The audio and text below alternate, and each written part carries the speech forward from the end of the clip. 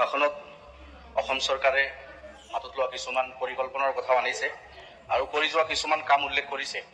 আমি লক্ষ্য কৰিছোঁ আৰু কিছু গুৰুত্বপূৰ্ণ কাম যিবিলাক আছে কৰিব লগা বা পৰিকল্পনা আছিল সেইখিনি কিন্তু আমি দেখা নাই ৰাজ্যপালৰ ভাষণত। তাৰে কিছু পৰামৰ্শ আমি আগবঢ়াম। মাননীয় উপাধ্যক্ষ মহোদয়, ৰাজ্য এখন যদি আমি আমাৰ অসম চৰকাৰৰ শ্লোগান যে 5খন উন্নত ৰাজ্যৰ মাজত আমাৰ ৰাজ্যখন লৈ যাম, তাৰ কাৰণে আমাৰ ফাউণ্ডেশ্যন ষ্ট্ৰং হ'ব লাগিব। আৰু এখন ৰাজ্য যদি আমি 5খনৰ ভাৰতবৰ্ষৰ 5খন ৰাজ্যত লৈ যাব বিচাৰোঁ, তেতিয়াহ'লে শিক্ষা, স্বাস্থ্য, ৰোডছ এণ্ড কমিউনিকেশ্যন এনেকুৱা ধৰণৰ গুৰুত্বপূৰ্ণ বিষয়বিলাকত আমি গুৰুত্ব দিব লাগিব। তো এডুকেশ্যনত যদি কওঁ, মাননীয় উপাধ্যক্ষ মহোদয়, যোৱা 7 বছৰত 8,000ৰ অধিক বিদ্যালয় আমি শ্বাটডাউন কৰিলোঁ, বন্ধ কৰিলোঁ যিখন ৰাজ্যত। আৰু অধিক সংখ্যক প্ৰাইমাৰী আৰু আপাৰ প্ৰাইমাৰী বিদ্যালয়, এই ৰাজ্যত 8,000 বিদ্যালয় বন্ধ হৈছে। ছাত্ৰ ক'ত গৈছে? গোটেইখিনি প্ৰাইভেট বিদ্যালয়বিলাকত গৈছে। কিয় গৈছে বন্ধ? আমি কিয় কৰিছোঁ? বোলে ষ্টুডেণ্ট নাই। ষ্টুডেণ্ট মাননীয় উপাধ্যক্ষ মহোদয় কেনেকৈ থাকিব? বিদ্যালয়ত আপোনাৰ যদি 59জন ছাত্ৰ থাকে, এজনে শিক্ষক আমি প্ৰাইমাৰী স্কুলত দিওঁ, শ্ৰেণী 5টা, এজন শিক্ষক যেতিয়া এটা শ্ৰেণীত যাব, 4টা শ্ৰেণীৰ ল'ৰা ছোৱালী খেলা ধূলা কৰে, সচেতন নাগৰিক নিজৰ ল'ৰা ছোৱালী খেলিবলৈ স্কুলত নপঠায়। এই কাৰণবিলাকত গাৰ্জেনে হয়তো ছাত্ৰ নিদিয়ে আৰু চৰকাৰে এই সুযোগ লৈ আমি স্কুলবিলাক বন্ধ কৰি গৈ আছো। আৰু যোৱা 7 বছৰত 8,064খন বিদ্যালয় আমি এই ৰাজ্যত বন্ধ কৰিলোঁ মাননীয় উপাধ্যক্ষ মহোদয়। আৰু প্ৰাইভেট বিদ্যালয়ত এই ছাত্ৰবিলাক গৈছে, তাতে 5টা শ্ৰেণী 8জন শিক্ষক আছে। 5,000, 7,000, 10,000 টকা মাননি দি এই শিক্ষকসকলে কাম কৰি আছে, তাতে কিন্তু আমাৰ ল'ৰা ছোৱালী দি আছো।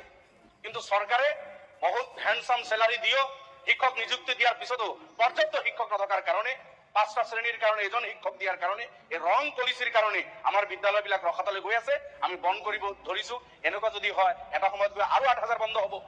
মানুহ কি হ'ব? নিজৰ ল'ৰা ছোৱালীক পঢ়াব, প্ৰাইভেট বিদ্যালয়ত যাব, কিন্তু গৰীব শ্ৰেণীৰ মানুহ, মধ্যবিত্ত শ্ৰেণীৰ মানুহ প্ৰাইভেট বিদ্যালয়ত যদি ভাল বিদ্যালয়ত পঢ়াব বিচাৰে, 1 লাখ, 1.5 লাখ, 2 লাখ, 2.5 লাখলৈকে বছৰি তেখেতসকলক খৰচ কৰিব লাগে। ক'ত পাব এই পইচা মাননীয় উপাধ্যক্ষ মহোদয়? গতিকে চৰকাৰে ঠিক তেনেকুৱা ধৰণৰ, ঠিক এডুকেশ্যন ডিপাৰ্টমেণ্টত আপুনি আৰু এটা চাব, ৰং ভেঞ্চাৰ স্কুল প্ৰভিন্সিয়েলাইজেশ্যন আমি কৰিলোঁ। 2013ত যি প্ৰভিন্সিয়েলাইজেশ্যন কিছু বিদ্যালয় কৰিলোঁ, যি কণ্ডিশ্যন আছিল, 21ত আমি নতুন নতুন কণ্ডিশ্যন লগালোঁ। 11ত প্ৰভিন্সিয়েলাইজ হোৱা বিদ্যালয়সমূহত শিক্ষক এম ই স্কুলত 5জন 7জন আছিল, গোটেইখিনি ললোঁ। 21ত আহি 3জন ললোঁ। আৰবী টিচাৰ, হিন্দী টিচাৰ, সংস্কৃত টিচাৰ আৰু এডিশ্যনেল টিচাৰ আমি বাদ দিলোঁ, যিটো 13ত কৰা নাছিলোঁ। বৈষম্য কৰিলোঁ এইসকলৰ কাৰণে। ছেকশ্যনেল টিচাৰবিলাক আমি বাদ দিলোঁ। 11ত কলেজ ললোঁ, কোনো এনৰলমেণ্টৰ কোনো কণ্ডিশ্যন নাই। 21ত যেতিয়া আমি কলেজ ললোঁ, 15জন ষ্টুডেণ্ট হ'ব লাগিব। এটা শ্ৰেণী ডিপাৰ্টমেণ্টত 14জন ষ্টুডেণ্ট আছে, 20 বছৰ চাকৰি কৰা এজন কলেজ শিক্ষকৰ 15জনৰ ঠাইত 14জন থকাৰ কাৰণে এই পুৰা ডিপাৰ্টমেণ্টটো লোৱা নহ'ল, ছাবজেক্টটো লোৱা নহ'ল, 4জনকৈ শিক্ষক বঞ্চিত হ'ল। এনেকুৱা কলেজৰ শিক্ষকবিলাক বঞ্চিত হৈ আছে। হাইস্কুলৰ এডিশ্যনেল টিচাৰসকল বঞ্চিত হৈ আছে। এনেকুৱা ধৰণৰ সিনিয়ৰ মাদ্ৰাছাখিনি প্ৰভিন্সিয়েলাইজ কৰিম বুলি নকৰিলে, পিছত বিদ্যালয় কৰিলে, এই সিনিয়ৰ মাদ্ৰাছাখিনি ডিপ্ৰাইভ হৈ গ'ল, সেইখিনি একেবাৰে বঞ্চিত হৈ গ'ল। এনেকুৱা হাজাৰ হাজাৰ শিক্ষক মাননীয় উপাধ্যক্ষ মহোদয় যিসকলে বঞ্চিত হৈছে, এই সমস্যাটো আমি সমাধান কৰিব লাগে। আৰু যিখিনি প্ৰভিন্সিয়েলাইজ কৰিলোঁ, টিউটাৰ হিচাপে তেখেতসকলক সামান্য পইচা দি, তেখেতসকলৰ চব অৰ্হতা থকাৰ পিছতো ফুলফিল কৰা নাই। প্ৰতিশ্ৰুতিৰ পিছত আপোনাৰ যিবিলাক 3rd গ্ৰেড 4th গ্ৰেড আছিল এমিৰ পৰা কলেজলৈকে, এইসকলৰ কোনো কণ্ডিশ্যন নাই, BEd নাই, নেট চেলেট নাই। 2013ত তেখেতসকলক ফুল ফ্লেজ হিচাপে ললোঁ, 21ত তেখেতসকলক সামান্য মাননি দি তেখেতসকলক আমি লৈ আছো। এই যে আকৌ এটা সমস্যা, এইবিলাক সমাধান কৰি এইবাৰ আমাৰ পৰামৰ্শ হ'ল এক্টটো এমেণ্ড কৰি এইসকল যাতে বঞ্চিত নহয়, তেনেকুৱা ধৰণৰ এটা এক্ট আনিব লাগে। তেতিয়াই আমাৰ এডুকেশ্যন ডিপাৰ্টমেণ্টটো ভাল হ'ব। উচ্চ শিক্ষাৰ কাৰণে মাননীয় উপাধ্যক্ষ মহোদয়, বিশ্ববিদ্যালয়ৰ কথা মাননীয় ৰাজ্যপাল মহোদয়ে কৈছে, ভাল পাইছো আমি। কিছু বিশ্ববিদ্যালয় হৈছে অসমত আৰু হৈ আছে, এখন জিলাত 2খন কৰি হৈ আছে, ভাল কথা। কিন্তু বৰপেটা জিলাত আজিলৈকে বিশ্ববিদ্যালয় নাই, গোৱালপাৰা জিলাত বিশ্ববিদ্যালয় নাই, ধুবুৰী জিলাত বিশ্ববিদ্যালয় নাই, মানকাছৰ শালমাৰা জিলাত বিশ্ববিদ্যালয় নাই, বৰপেটাৰ পৰা আৰম্ভ কৰি ধুবুৰীলৈকে 200 কিলোমিটাৰ ঠাই কোনো এখন বিশ্ববিদ্যালয় নাই। এই 50 লাখ পপুলেশ্যনৰ মাজত এখনো বিশ্ববিদ্যালয় নাই। কিহৰ কাৰণে মাননীয় উপাধ্যক্ষ মহোদয়? যদি ৰাজ্যখনক 5খন ৰাজ্যৰ মাজত লৈ যাব বিচাৰে, এটা ছেকশ্যনত বাদ দি 1/3 পপুলেশ্যনক নেগলেক্ট কৰি কেতিয়াও আমি তেনেকুৱা মনোভাৱ লৈ কাম কৰিলে ৰাজ্যখনক আমি আগুৱাই লৈ যাব নোৱাৰিম। গতিকে আপোনাৰ জৰিয়তে চৰকাৰৰ ওপৰত অনুৰোধ থাকিল, বৰপেটা বিশ্ববিদ্যালয় ঘোষণা কৰক। মোৰ জনিয়াত ষ্ট্ৰাকচাৰ আছে, কৰাৰ সময়ত ডাঙৰ বিল্ডিং বনাই MSDPৰ পৰা থৈ দিছে, বিশ্ববিদ্যালয় তাতে কৰিব পাৰে। একেবাৰে ৰেডি বিল্ডিং আমাৰ হাতত, 200 বিঘা মাটি আছে, আমি সেইখিনি প্ৰভাইড কৰিম। গতিকে তাতে বৰপেটা বিশ্ববিদ্যালয় ঘোষণা কৰক। ধুবুৰী, গোৱালপাৰা এই জিলাবিলাকত, প্ৰত্যেক জিলাত আপোনাৰ কৰিমগঞ্জত দিয়ক, হাইলাকান্দিত দিয়ক, মৰিগাঁৱত দিয়ক, চব জিলাতে হওক। এই জিলাবিলাক আজি ডিপ্ৰাইভ হৈ আছে মাননীয় উপাধ্যক্ষ মহোদয়। গতিকে শিক্ষাত যদি আমি গুৰুত্ব নিদিওঁ আৰু লেখনাবিলাক যদি মাৰি আগ নাবাঢ়ো, তেতিয়াহ'লে কেতিয়াও আমি ছাকচেছ হ'ব নোৱাৰিম। হেল্থ ছেক্টৰ মাননীয় উপাধ্যক্ষ মহোদয় আলোচনা হৈছে, মাননীয় মন্ত্ৰী কৈ গ'ল, নগাঁৱত 420 জন না 25 জন ডক্টৰৰ কথা ক'লে। নগাঁও ডিষ্ট্ৰিক্টৰ পপুলেশ্যন, নগাঁৱৰ মাননীয় বিধায়ক আছে প্ৰায় 27 লাখ পপুলেশ্যন। 27 লাখ পপুলেশ্যনৰ ৰেজিষ্টাৰটো 2500 ডক্টৰ লাগিব। WHO আপুনি মাননীয় উপাধ্যক্ষ মহোদয় ডক্টৰ, WHO নৰ্মছ হিচাপে 1000 পপুলেশ্যন এগেইনষ্টত এজন ডক্টৰ লাগে। এই হিচাপে নগাঁৱত যদি 27 লাখত আমি হিচাপ কৰো কিমান ডক্টৰ লাগে? 2700 ডক্টৰ লাগিব। কিন্তু তেখেতে 400 ডক্টৰ আছে, তাতে মেডিকেল কলেজত 100 হৈ গ'লে ডবল আছে বোলে তাতে। এনেকুৱা ধৰণৰ কথা যদি স্বাস্থ্যমন্ত্ৰী কয়, এই ৰাজ্যৰ অৱস্থা কি হ'ব, পেচেণ্টৰ অৱস্থা কি হ'ব? আজি মেডিচিন চৰকাৰী হস্পিটেলবিলাকত 50-60% মেডিচিন পাবলৈ নাই। আকৌ টকলকি ফৰমান জাৰি কৰে, যিবিলাক মেডিচিন থাকিব সেইবিলাকে ডক্টৰ লিখিব। তাৰ মানে পেচেণ্ট আহিব বেমাৰ লৈ, মেডিচিন নাই বুলি ডক্টৰে লিখিম বুলি নিলিখিব, আৰু সেইজনৰ বেমাৰে থাকি যাব। এই মানুহখিনিক মাৰিব বিচাৰিছে নেকি? গতিকে মেডিচিন প্ৰভাইড কৰিব লাগে। কেঞ্চাৰ পেচেণ্ট চাব অসমত কিমান, আপুনি ভালকৈ জানে আমাতকৈ, কেঞ্চাৰ ইমান হিপাইছে অসমত। তাৰ কাৰণে গতিকে মোৰ প্ৰস্তাৱ থাকিল অসম চৰকাৰে শিক্ষা আৰু স্বাস্থ্য দুটাই ফুল্লি ফ্ৰী কৰক। আমি ইমোচনাল অসমীয়া জাতি, কিছুমান বস্তু আমাক দিলে আমি ভাল পাওঁ, কিছুমান উৎসৱ পৰ্বণৰ নামত আমাক উপহাৰ গিফ্ট দিলে আমি ভাল পাওঁ, সেইবিলাক নিদি মেডিচিন ফ্ৰী কৰক। 100% মেডিচিন ফ্ৰী হ'ব লাগে। চৰকাৰী বিদ্যালয় ভাল কৰক, প্ৰাইভেট বিদ্যালয় লাহে বন্ধ হৈ যাওক কথা নাই, চৰকাৰী বিদ্যালয় সেই মানদণ্ড কৰিব লাগে।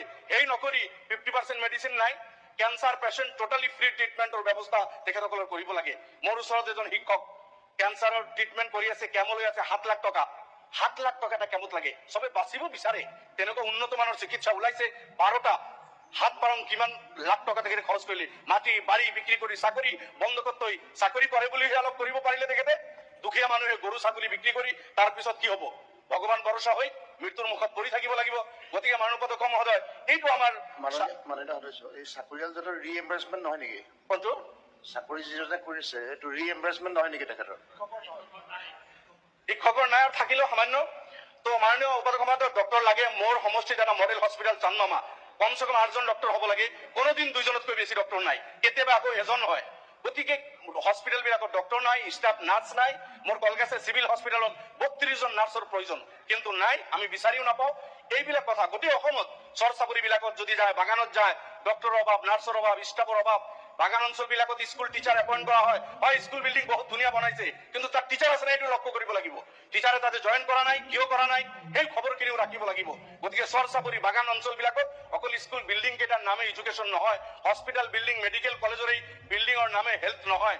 মাননীয় উপাধ্যক্ষ মহোদয়, ইয়াৰ কাৰণে যিখিনি কৰিবলগীয়া পদক্ষেপ চৰকাৰে এইখিনি ল'ব লাগে, আৰু 100% এডুকেশ্যন এণ্ড হেল্থ এই চাৰ্ভিচখিনি ফ্ৰী হ'ব লাগে। এইটো আমাৰ প্ৰস্তাৱ থাকিল। এইটো মাননীয় উপাধ্যক্ষ মহোদয়, কৃষিৰ কথা হৈছে, আজি ধানত MSP দিছে, সৰিয়হৰ কথা কৈ আছে, কিন্তু এতিয়াও কিনা বেচা আৰম্ভ হোৱা নাই। মৰাপাটতো MSP দিব লাগে, কৃষি বিভাগে এইটো সিদ্ধান্ত ল'ব লাগে। অসমৰ কৃষকে বহুত মাকৈ খেতি কৰে, তাতো যদি MSP দিয়ে খেতিয়কসকলে আপোনাৰ স্বাৱলম্বী হ'ব।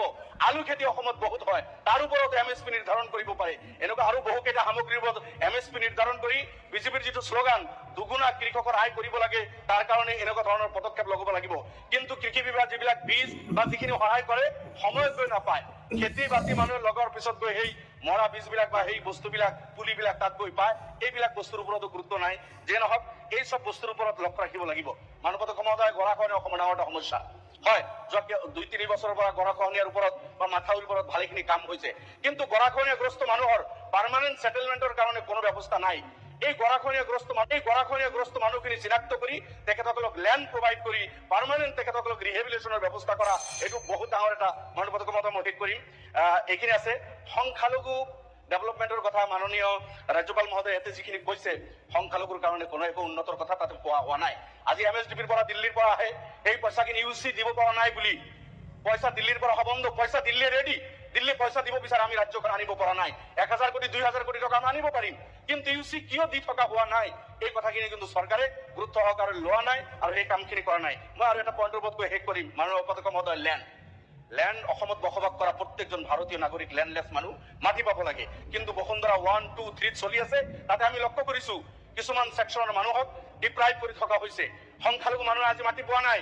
অকল আমিয়ে নহয়, চাহ বাগানতো তেখেতসকলক মাটি দিয়াৰ কথা কৈ আকৌ NOC বিচাৰিছে, বাগানৰ সেই মালিকসকলে NOC দিয়া নাই, পৰিত্যক্ত লেণ্ডসকলে সেই বাগানৰ মানুহখিনিও পোৱা নাই, আৰু সংখ্যালঘুৰ মানুহখিনিকতো দি থকা হোৱা নাই। মাননীয় উপাধ্যক্ষ মহোদয়, এটা জাতি, এই জাতিক এনেকুৱা টাৰ্গেট কৰি লৈ যদি তেখেতসকলক লেণ্ড প্ৰভাইড কৰা নহয়, মাহিয়াৰীৰ দৃষ্টিত যদি তেখেতসকলক চোৱা হয়, তেখেতসকলৰ দুখ দৰকাৰ কথা যদি চিন্তা চৰকাৰে নকৰে, ৰাজ্যখন কেতিয়াও কিন্তু আগুৱাই নাযায়। সেইসকল বোনাফাইড ভাৰতীয়, গতিকে চৰৰ মাটিৰ চাৰ্ভেৰ কথাহে চৰকাৰে কয়, এলটমেণ্টৰ কথা নকয়। এই মানুহখিনিৰ কি অপৰাধ? আজি এলটমেণ্ট তেখেতসকলে পাব লাগে, এইসকল ভাৰতীয়। গতিকে ভাৰতীয় নাগৰিকক এনেকুৱা ধৰণৰ ডিপ্ৰাইভ কৰি ৰখা কোনোপধ্যেই গ্ৰহণযোগ্য নহয়। গতিকে চৰকাৰৰ প্ৰতি আমাৰ এটা আহ্বান থাকিল, অসমৰ এই 3,30,00,000 বা 40 লাখ জনতাক সমদৃষ্টিত চাই সবকা সাথ সবকা বিকাশ যিটো বিজেপিৰ শ্লোগান, এই শ্লোগানৰ প্ৰতি তেখেতসকলে শ্ৰদ্ধাশীল হৈ অসমত বসবাস কৰা চাহ জনগোষ্ঠী হওক, সংখ্যালঘু হওক, চৰ চাপৰি হওক, গাৰো, ৰাভা, চাওতাল হওক, সকলো জাতি জনগোষ্ঠীক সমদৃষ্টিত চাই সমান অধিকাৰ দিব লাগে। এইখিনি কৈ মই মোৰ বক্তব্য সামৰিছো। ধন্যবাদ।